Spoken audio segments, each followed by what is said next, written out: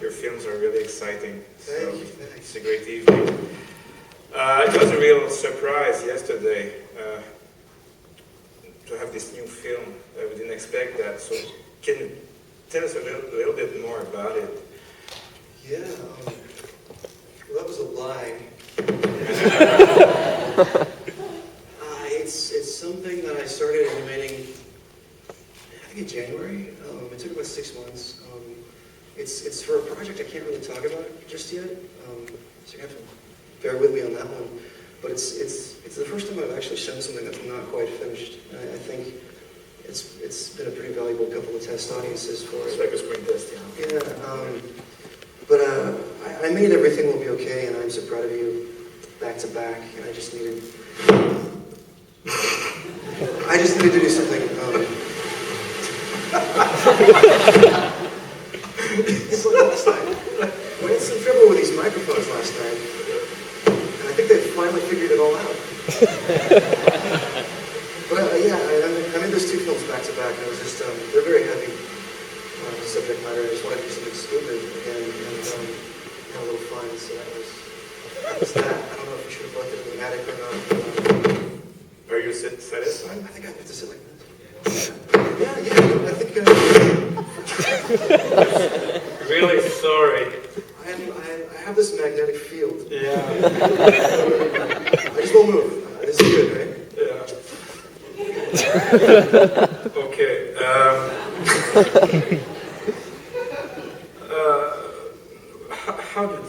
How did you begin? I would like to know a little bit about what you studied in and what was your background at that time.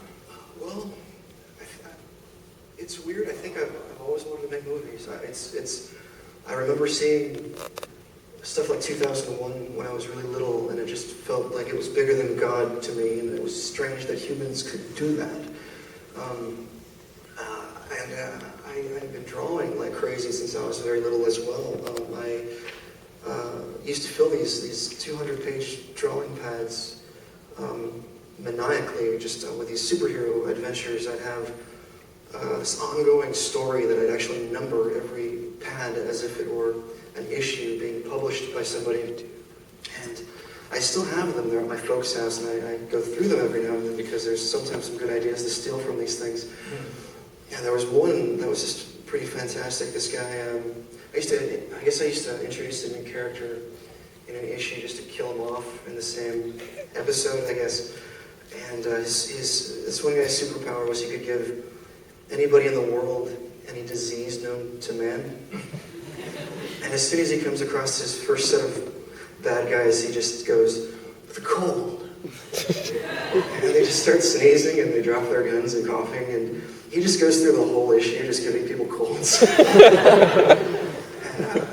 I guess I just didn't know like any other diseases when I was 6 years old. And I don't know, I kept begging my parents to get me a camera, and I finally got a video camera when I was 15. I could do single frame, and I taught myself animation on videotape, and I did that through high school. But I still wanted to do live action. I wanted to be Stanley Kubrick and like everybody else. And I went to a very small film school called UC Santa Barbara, and the production there is incidental. It's all about history and theory and analysis, and it's really, they have a couple cameras to just get a little hands-on experience. And the weird thing was, I got there and I realized that how expensive live action was. This was all 16 millimeter, and it wasn't unusual for these kids to be spending upwards of $20,000 of their rich uncle's money to make their live action little epics. And I didn't have that kind of cash around, and I realized with animation, you just need to buy one roll of film. The shooting ratio is really low, and I already kind of knew what I was doing a little bit in high school. So I asked them, can I animate my student projects, and does that count? And they were just like, yeah, of course, nobody ever does that here. And long story short, I got the keys to the building that had the 16 millimeter camera in it, and I made 4 movies in 4 years there. And the last one of those 4 was Billy's Balloon. We didn't show the other 3 tonight, but they all just paid for the next one. The very first one was distributed, and it's kind of snowballed since then. So I still feel like I kind of fell into animation a little sideways, because It's all live action training I've had. I've never taken an animation course. And honestly, I still feel like more like a filmmaker who happens to draw rather than an animator first and foremost. You were still a student, and Billy's Balloon brought you to Cannes, which is quite amazing. Yeah, that's right. Yeah, I had to get permission from my film and cinema professors to get out of class to go to the Cannes Film Festival to support my movie. I don't know if they really appreciated the snide brat who gets there. Just to let you know, that year, When the Day Breaks won at Cannes. A much better movie when the day breaks. There's something in your work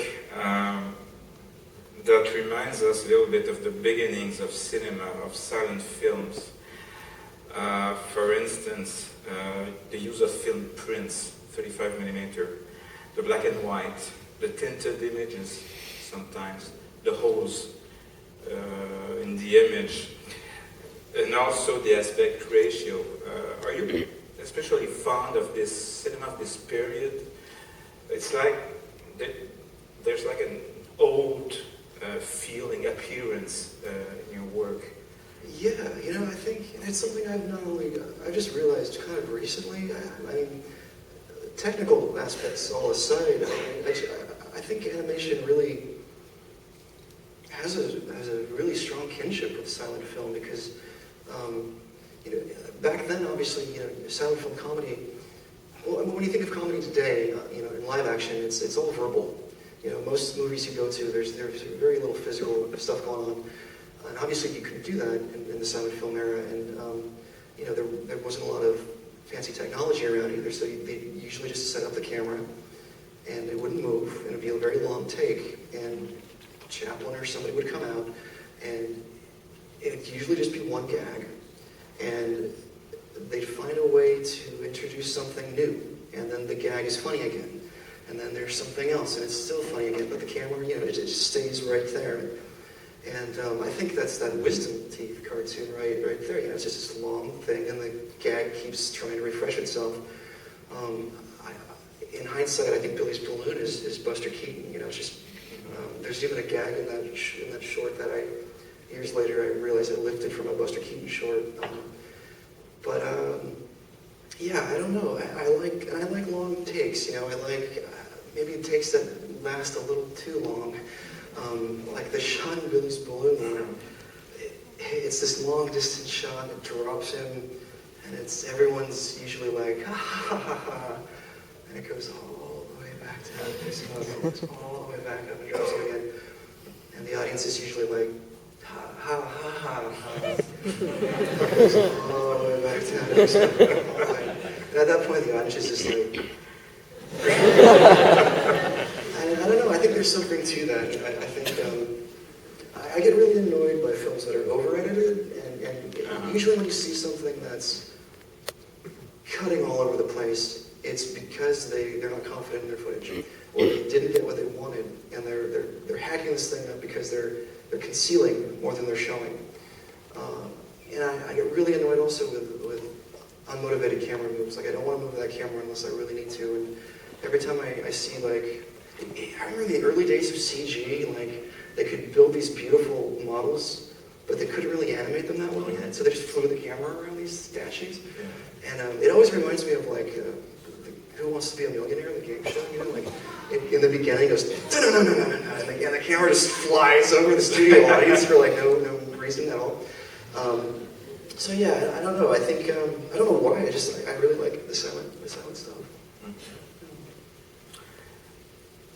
We will open the discussion to you. We've got these two microphones actually set up here. One to the left and one to the right. So if you have questions or comments, this is your chance. This night is for you. In the meantime, maybe I can ask you just a last question. Would like you to tell us about writing. I know that writing and words are very important for you.